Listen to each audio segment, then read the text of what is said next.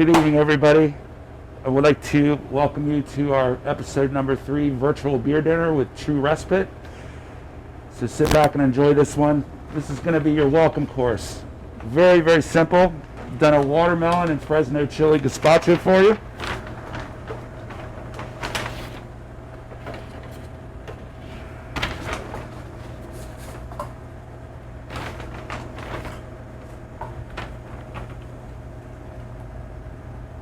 Okay, the first thing we're going to do, this is a Beet Tahini hummus.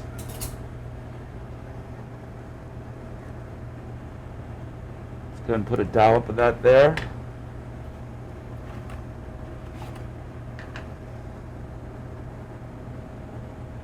And you have your watermelon and Fresno Chili Gazpacho. Top that with some diced cucumber.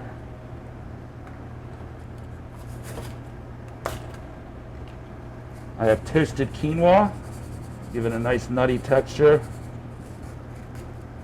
And last but not least,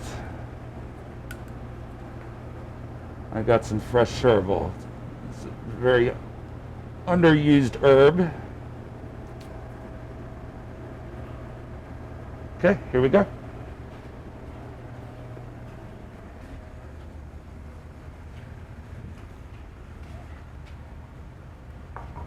Okay, what we've got here for you, we've paired this with the Saison.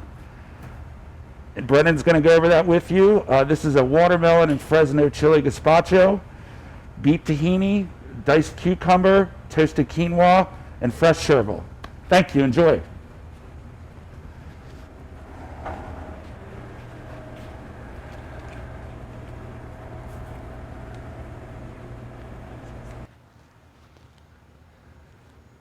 Hey guys, I'm Brendan from True Respite. I'm here to talk a little bit about the beer. This is Grisette Vin Blanc. For those of you who have been fans of the brewery for a long time, you're probably familiar with this one. This was one of the 4 beers that we opened with originally when we opened the brewery. It's a French-style sessionable Saison, and we brewed it with some special ingredients to give it the aftertaste of a mature white wine.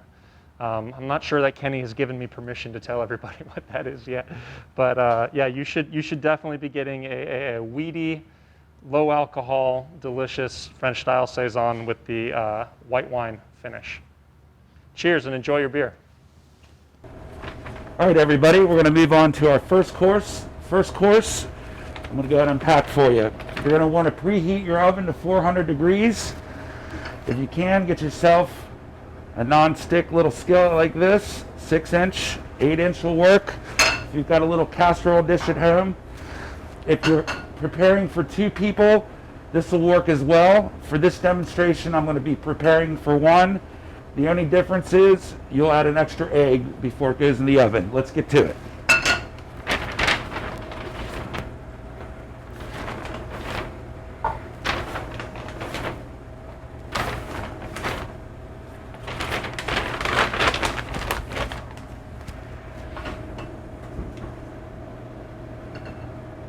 On your stovetop, you're already going to have a pre-mix. This is a wild boar and summer squash shakshuka. We're going to go ahead and get this into the pan.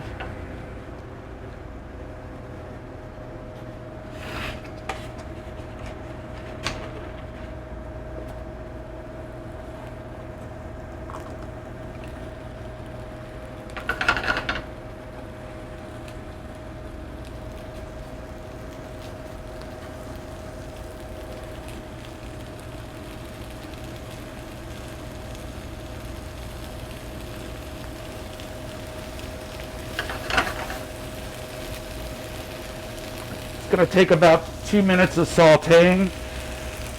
My pan's going to go a little quicker because I actually added the ingredients at a room temperature. Yours are going to be colder.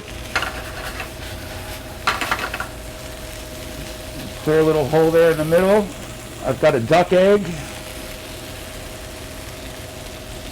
We're going to add that duck egg.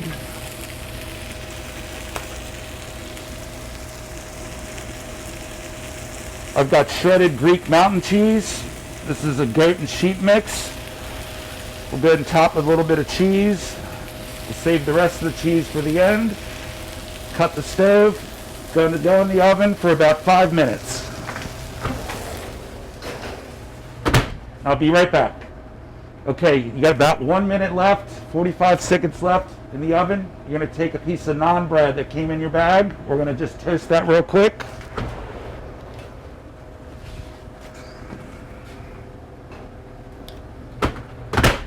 About 30 seconds. This pan's about done. The trick to this dish is I'd recommend just taking a cloth or a rag, pan holder. You can actually eat the dish right out of the pan. That's traditionally how it's done.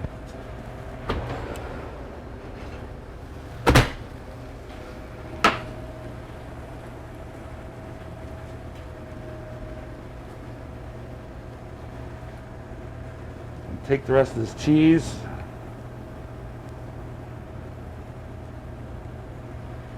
And go. And then last but not least, there's some fresh mint.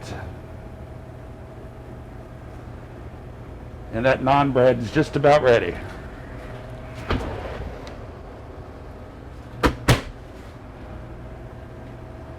There we go.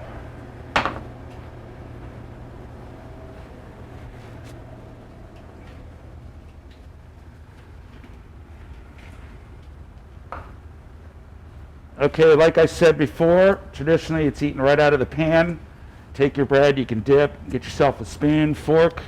So what we paired, this is Dream Team. This is a collaboration that Brennan will be going over with you.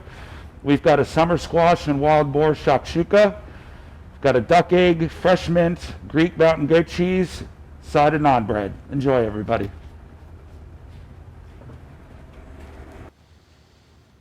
So let's talk a little bit about Dream Team. This is a hazy IPA we brewed in collaboration with the Uncapped podcast, Oliver Brewing Company, and Hysteria Brewing Company.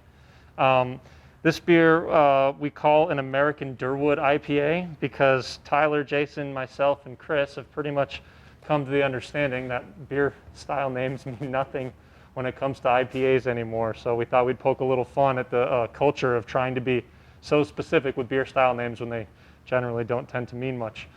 This one was brewed with a yeast strain called Conan.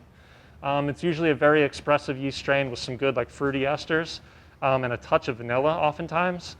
In this case, we've used a bunch of generations of the Conan yeast, and this was generation I think 7 or 8, and it started expressing itself with a little bit of like spicy phenolic clove, which we found interesting but isn't typically desired for the style. So I think it adds a really interesting twist to the beer. It's certainly not like a flaw or anything. It just, we're using a fresh batch of the yeast strain, but that makes this beer in particular very unique. And it's a flavor profile you'll pick up on there, and that's actually a signature of the yeast itself. So cheers, guys. Enjoy your second beer here. All right, everybody, moving on to the second course. Again, super simple. You're going to want to start with a small non-stick pan if you have one. If not, not a big deal. You'll just want to add a little extra oil so the tuna doesn't stick. Secondly, to heat up your Taiwanese crepe, you're going to want a flat skillet as well. A non-stick pan will also work. I'm going to go ahead and use this little bit of non-stick spray. And go ahead and turn on that stove. Got your spicy yellowfin tuna, which is local, by the way.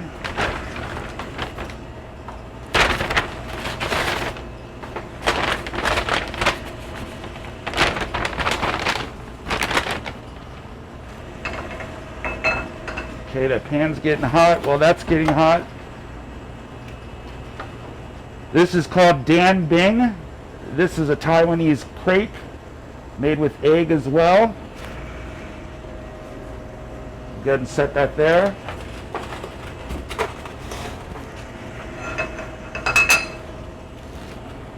Make sure your pan's nice and hot. We really want to sear this tuna.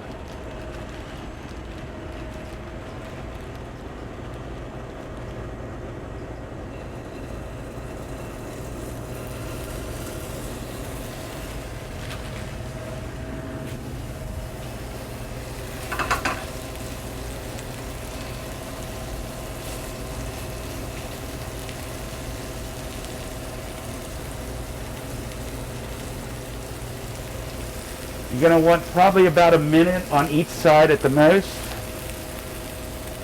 And then we're going to finish it in the oven. I like my tuna rare. You can leave that in the oven as long as you'd like if you want your tuna well done. Obviously, you're going to want to cook it a little longer in the oven. The most important thing, though, is you want to time your crepe with your tuna. The crepe's going to take about 1 minute to heat up and get crispy in the oven. So again, if you're cooking this further, you're going to add this a little later to the oven. Again, the oven is set at 400 degrees. Got about a minute here. It's a nice sear. You can see the color.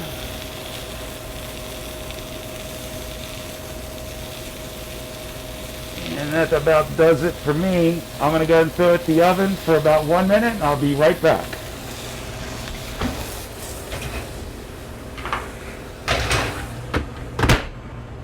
Okay, it's been about 1 minute. We're going to go ahead and pull the tuna.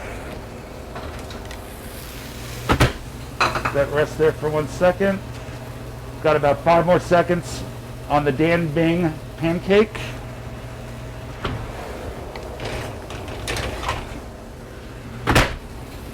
Okay, here we go.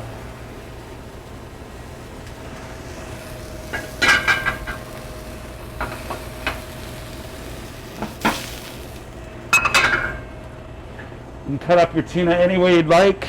For this example, I'm just going to do it in slices.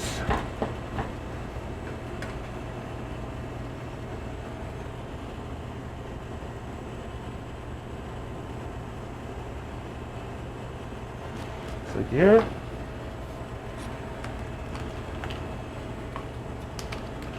Got some shredded Napa cabbage.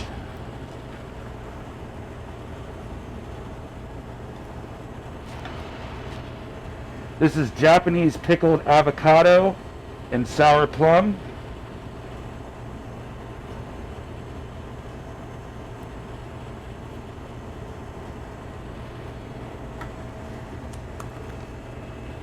And last but not least, I have a Ponzu aioli. Again, you can top it as much as you'd like. That's going to work for us just fine. Then what you can do is when you're ready to eat, you can almost wrap it if you'd like, or you can fork it just like that. And there we go.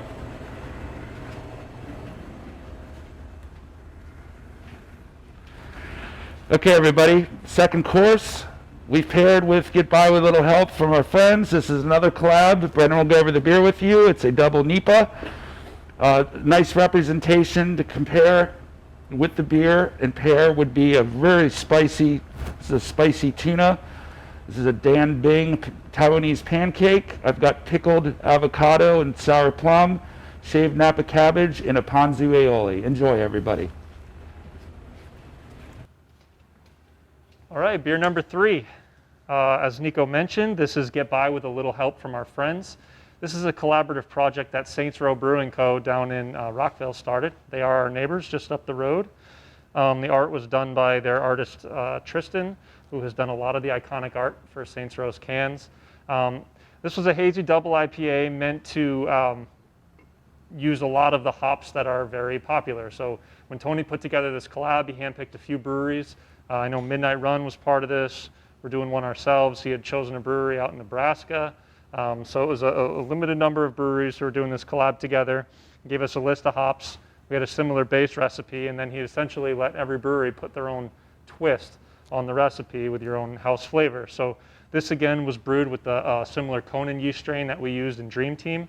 And it had Amarillo, Simcoe Cryo, Motueka, and Centennial hops for this one. So you should get definitely like there's like a piney grapefruit element. There is a small amount of that phenolic clove flavor from the later generations of the Conan yeast as well. And all around just a little boozier at 8.5%. You should pick up some of that alcohol heat in here. And the hoppiness of this should help cut through the acidity and spiciness of the tuna you have here. So you have two really assertive plates, or two really assertive flavors in front of you for this dish. Enjoy.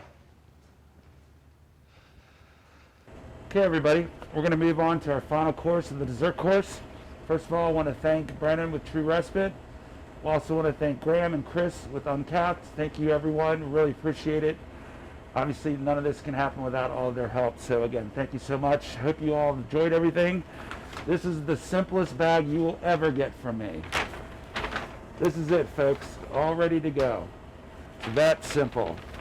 So for your dessert course, all you're going to want to do is unwrap. And here we go.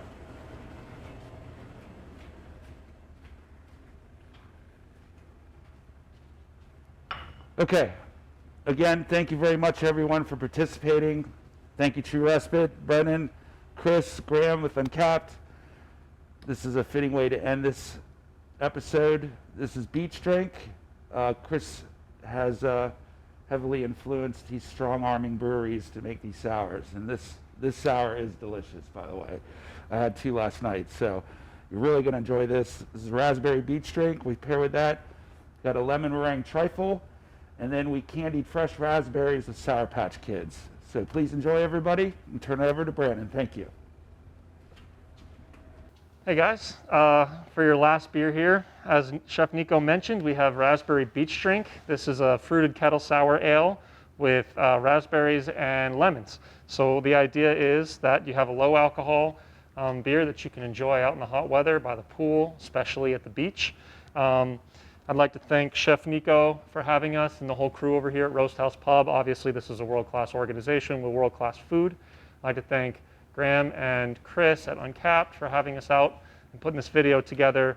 And I'd like to thank Chris for pestering me inevitably and not allowing me to back down from putting his face on the can because it is a beautiful label and he is a beautiful man. Thank you guys. Enjoy.